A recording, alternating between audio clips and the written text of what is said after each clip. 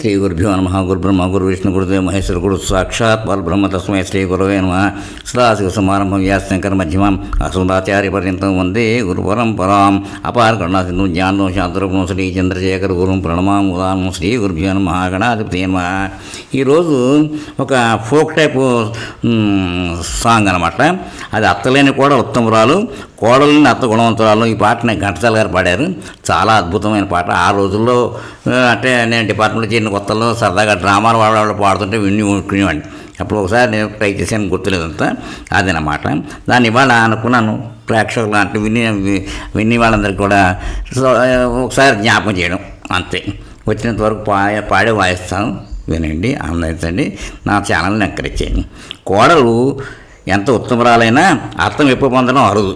అదే అత్తలేని ఇంట్లో కోడలు లేపెత్తడం కాబట్టి ఇక ఆమెకు ఎదురే ఉంటుంది. ఇక ఆమె ఏం చేసినా గొప్పే. అత్తలేని ఇంట మంచి పేరు తెచ్చుకోవడం కోడలికి బహుశులు. అదేవిధంగా కోడల్ని ఆరలు పెట్టిన అత్తలు అరుదే. కోడలు కోపరానికి రానంత వరకు అత్తలా అందరూ గుణవంతులే. కోడలు వస్తే కానీ అత్తల గుణం బయటపడదు.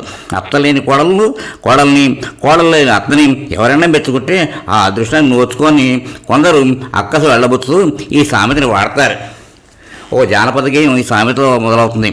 దంపుడు పాటగా బాగా ప్రసిద్ధి చెందింది.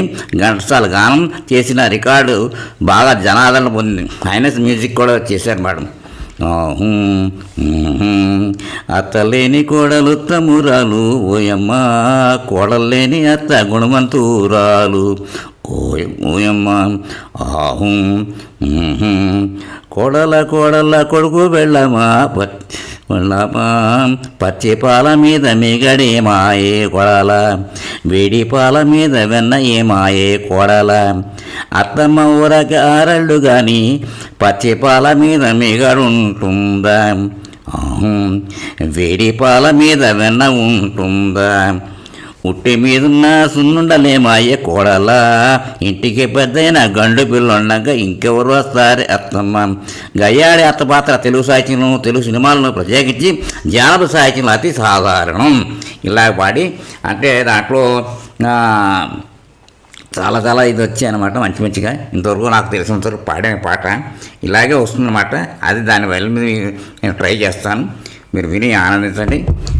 స్వస్తి.